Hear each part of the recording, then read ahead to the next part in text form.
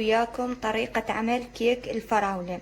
أول شي راح أحتاج كوب من الشكر، كوب من الحليب، ظرف بيكنج باودر، 4 بيضات، الفراولة خلطتها بالخلاط مع شوية ماي، كوب ونص طحين، كوب إلا ربع زيت. هاي المكونات اللي راح احتاجها. انا نظفت الحليب والشكر والزيت وراح اخلط جيدا، بعدها اراويكم الفقرة الاخرى. نضفت الفراولة وراح اخلط جيدا وارجع بالفقرة الاخرى. نضفت 4 بيضات وراح اخفق جيدا وارجع بالفقرة الاخرى. ضفت الطحين والبيكنج باودر ورشة من الفانيلا وراح اخلط جيدا وارجع بالفقرة الاخرى. كيكتنا ما شاء الله تبارك الرحمن اصبحت جاهزة بهذا الشكل.